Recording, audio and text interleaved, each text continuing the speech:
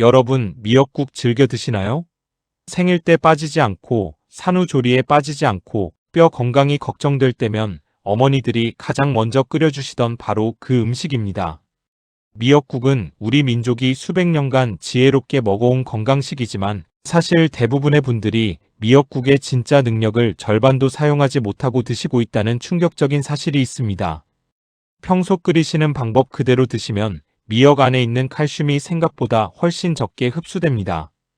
그런데 단 한 가지, 딱 하나의 재료를 함께 넣으면 칼슘 흡수율이 급적으로 올라가고 뼈를 갉아먹는 파골세포의 활동이 억제되며 뼈를 만드는 조골세포가 활성화되는 놀라운 시너지가 일어납니다.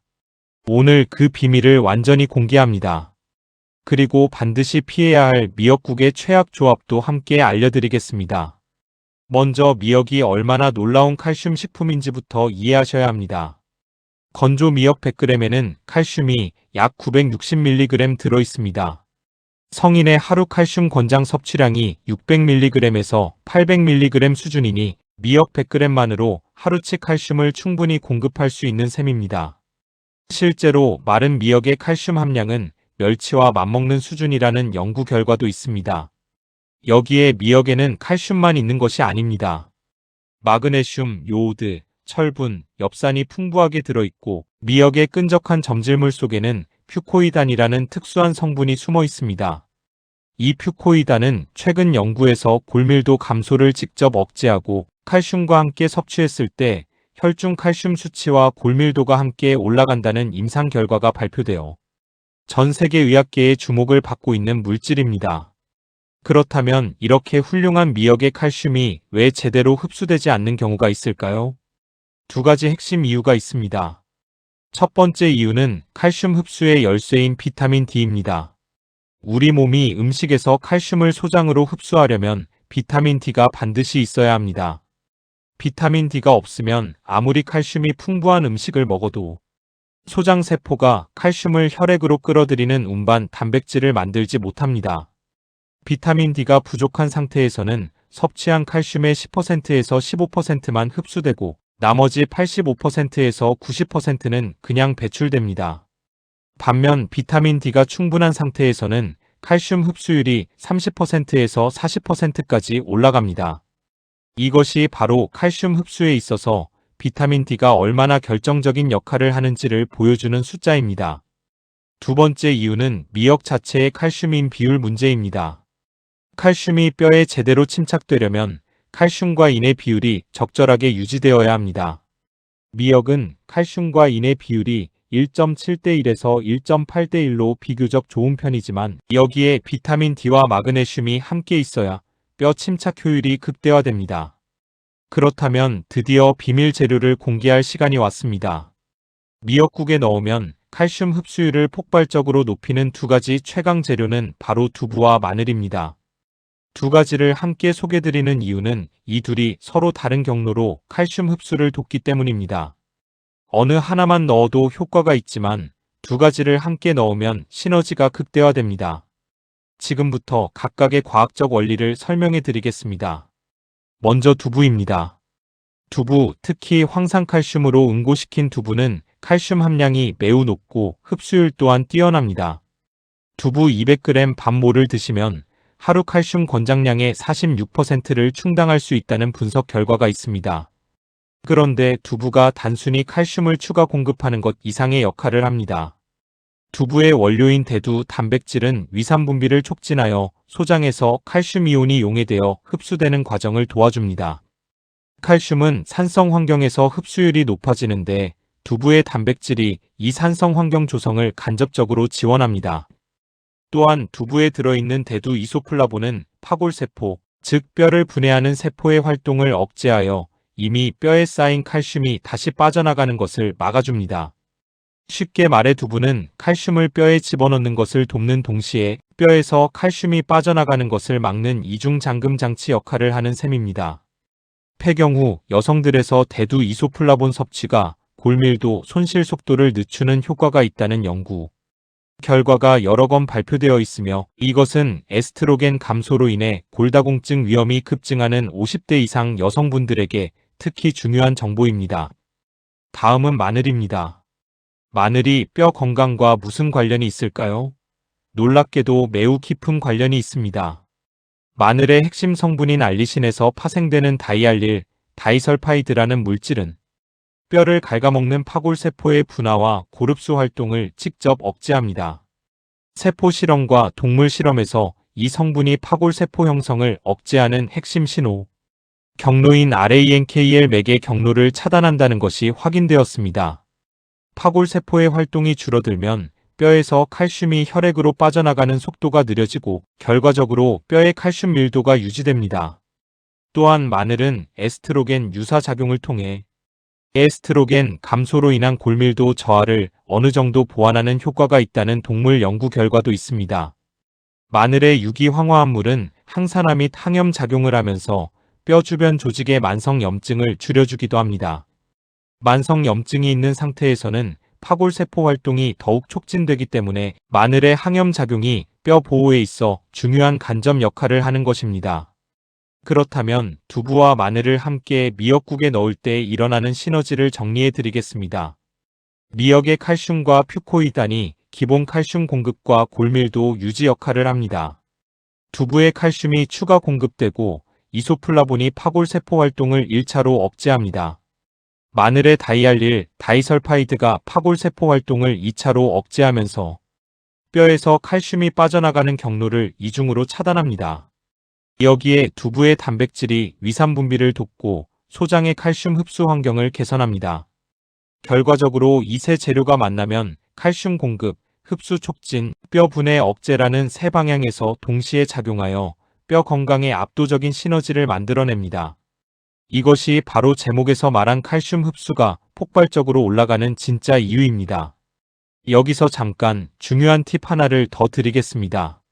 마늘을 미역국에 넣을 때는 처음부터 넣고 오래 끓이는 것보다 국이 거의 완성될 무렵 다진 마늘을 넣고 2분에서 3분만 끓이는 것이 훨씬 효과적입니다.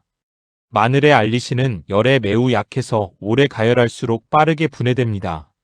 다진 마늘을 10분 이상 끓이면 알리신의 대부분이 소실되어 뼈 보호 효과가 크게 줄어듭니다. 국 완성 직전에 넣고 살짝만 끓이는 것, 이것이 마늘 효과를 최대로 살리는 핵심 비결입니다. 이제 올바른 미역국 황금 레시피를 알려드리겠습니다. 이것이 뼈를 살리는 미역국의 완전판입니다. 먼저 재료 준비입니다. 불린 미역 한 줌 약 50g, 두부 반 모 약 150g, 다진 마늘 한 큰술, 소고기 또는 바지락 100g, 참기름 한 작은술, 국간장 2큰술이 필요합니다. 여기서 소고기 대신 바지락을 선택하시면 아연과 비타민 B12가 추가로 공급되어 뼈 건강에 더욱 좋습니다. 조리 순서는 다음과 같습니다. 첫째로 불린 미역을 한 입 크기로 잘라 참기름에 2분에서 3분 볶습니다. 이 과정이 매우 중요한데 참기름의 지방이 미역의 지용성 성분인 퓨코잔틴과 퓨코이단의 흡수를 도와주기 때문입니다. 기름 없이 그냥 물에 끓이는 것보다 참기름에 먼저 볶은 뒤 끓이면 영양 흡수율이 훨씬 높아집니다. 둘째로 볶은 미역에 물 1리터를 붓고 중불에서 10분 끓입니다. 셋째로 두부를 넣고 5분 더 끓입니다. 두부는 너무 이른 단계에서 넣으면 으깨지기 쉬우므로 국이 어느 정도 완성된 후반부에 넣는 것이 좋습니다. 넷째로 국간장으로 간을 맞추고 마지막으로 다진 마늘을 넣은 뒤 2분에서 3분만 더 끓이고 불을 끕니다. 완성된 미역국에 소금이나 추가 간을 넣지 않는 것이 좋습니다. 나트륨이 과도하면 칼슘이 소변으로 빠져나가는 양이 늘어나 뼈 건강에 역효과를 줄 수 있습니다. 여기서 미역국에 절대로 넣으면 안 되는 재료도 말씀드려야 합니다. 많은 분들이 미역국에 대파를 넉넉히 넣으시는데 대파에 들어있는 인과 유황 성분이 미역의 칼슘 흡수를 방해할 수 있다는 것이 알려져 있습니다. 칼슘이 인과 결합하면 흡수되지 않는 불용성 인산칼슘이 형성될 수 있기 때문입니다. 칼슘 보충을 목적으로 미역국을 드신다면 대파의 양은 최소화하시고 넣더라도 향을 내기 위한 소량으로 제한하시는 것이 좋습니다. 또한 커피나 탄산음료를 미역국과 함께 드시는 것도 피하셔야 합니다.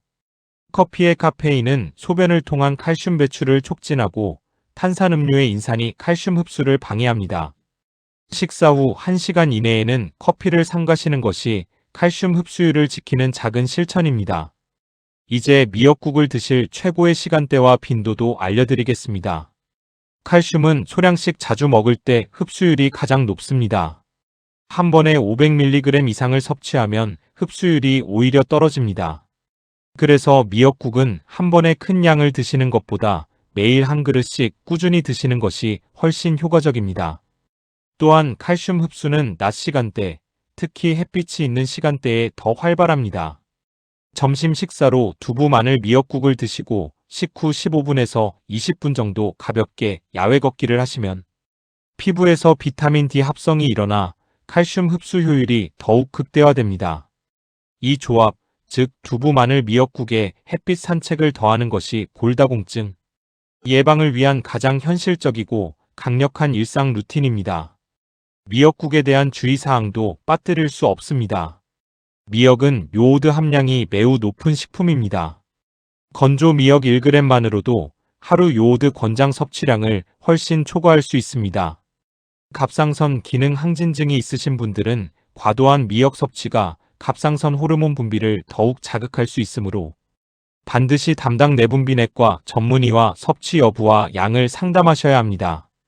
반대로 갑상선 기능 저하증 환자분들은 적절한 미역 섭취가 갑상선 호르몬 생성을 돕는데 긍정적일 수 있지만 이 경우에도 복용 중인 갑상선 약물과의 상호작용이 있을 수 있어 주치의 상담이 우선입니다. 만성 신부전증이 있으신 분들은 미역의 칼륨과 인 함량이 높아 제한이 필요하므로 역시 전문의 상담이 필수입니다. 이미 골다공증 진단을 받으셨거나 골밀도가 낮다는 검사 결과를 받으신 분들에게 드리고 싶은 말씀이 있습니다. 오늘 소개해드린 두부 마늘 미역국은 뼈 건강에 분명히 도움이 되는 과학적 근거가 있는 음식 조합이지만 이미 진행된 골다공증을 식단만으로 완전히 역전시키는 것은 현실적으로 어렵습니다. 식단 개선과 함께 골다공증 전문의의 진료를 받으시고 경우에 따라서는 약물 치료와 병행하시는 것이 가장 현명한 접근입니다. 음식은 뼈를 지키는 예방과 보조의 역할을 하며 그 역할을 제대로 해주는 것만으로도 여러분의 뼈 건강에 의미 있는 변화를 만들어낼 수 있습니다. 오늘 내용을 한번 정리해 드리겠습니다. 미역은 멸치에 버금가는 칼슘 보물 식품이고 미역의 퓨코이다는 골밀도 감소 억제 효과가 있습니다. 두부를 함께 넣으면 칼슘이 추가 공급되고 이소플라본이 파골세포를 억제합니다. 마늘을 마지막에 넣으면 다이알릴 다이설파이드가 파골세포를 이중으로 차단하고 항염 효과를 더합니다. 참기름에 먼저 볶은 뒤 끓이면 지용성 영양소 흡수율이 올라갑니다. 대파는 최소화하고 마늘은 마지막에 넣으세요. 그리고 식후에 햇빛 산책을 더하면 비타민 D 합성으로 칼슘 흡수율이 한 번 더 올라갑니다. 여러분의 뼈는 지금 이 순간에도 칼슘을 원하고 있습니다. 오늘 저녁 두부와 마늘을 넣은 미역국 한 그릇으로 그 답을 해주세요. 오늘 영상이 도움이 되셨다면 구독과 좋아요 꼭 눌러주시고 평소 미역국에 대파를 넣으셨다면 이제 두부와 마늘로 바꿔보시겠다는 댓글을 남겨주세요. 그리고 주변의 골다공증이나 뼈 건강을 걱정하시는 분께 이 영상을 공유해 주시면 정말 감사하겠습니다. 다음 영상에서도 우리 밥상 위 음식들의 놀라운 과학적 비밀을 가지고 찾아뵙겠습니다.